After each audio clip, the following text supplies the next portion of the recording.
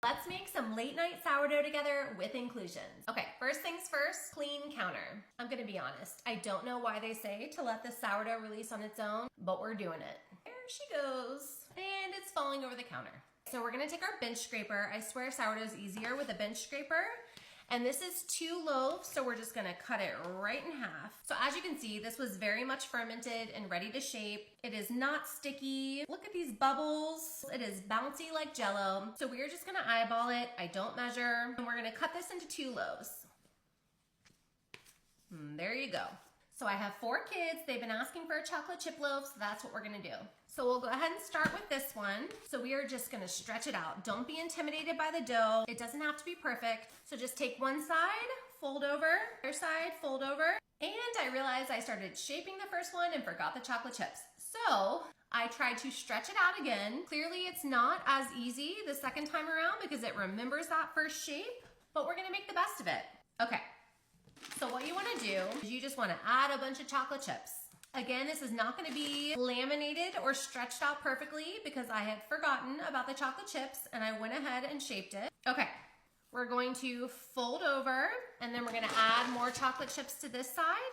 Then we're gonna take this side, fold it over, add chocolate chips to this side, okay? And we're gonna roll her up. So you do have to be careful when you're shaping with inclusions. As you can see, they can easily affect the way that your dough is shaped. You just wanna go out, tuck in the underside, creating tension on the surface of the dough. This is just our first shape. Let's go ahead and do the other one. So with this one, I didn't mess up. You're gonna actually see what it looks like to laminate it and add inclusions the correct way.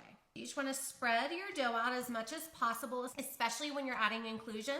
That way they can be evenly distributed. So for this one, we're going to do everything but the bagel seasoning. You want to be very generous. Okay, so fold over your flap. You're going to add some more here. You're going to fold over this side. You're going to add more here. And that's it. You're going to roll her up. So that's a pretty good first shape. So we're going to let these bench rest for 20 minutes and then we're going to come back and do our final shape. I also just cleaned up my surface again because God forbid some of the onion pieces from the everything but the bagel seasoning gets in my kid's chocolate chip loaf. It's been 20 minutes. Final shape is easy peasy. Again, we want to be really gentle because we do have inclusions. Out and tucking the underside. You know what? This doesn't need much. She is going to go right in the banneton. So for this next one, you're going to put it upside down. We're going to be very gentle stretching it out. It remembers that first shape. Matter of fact, it is majorly resisting. So we are just going to fold over,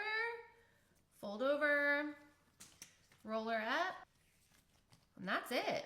She is solid and good to go. To go upside down into your banneton. Again, I know some people stitch it up. I don't. It's never made a difference for me. We're just gonna cover them up.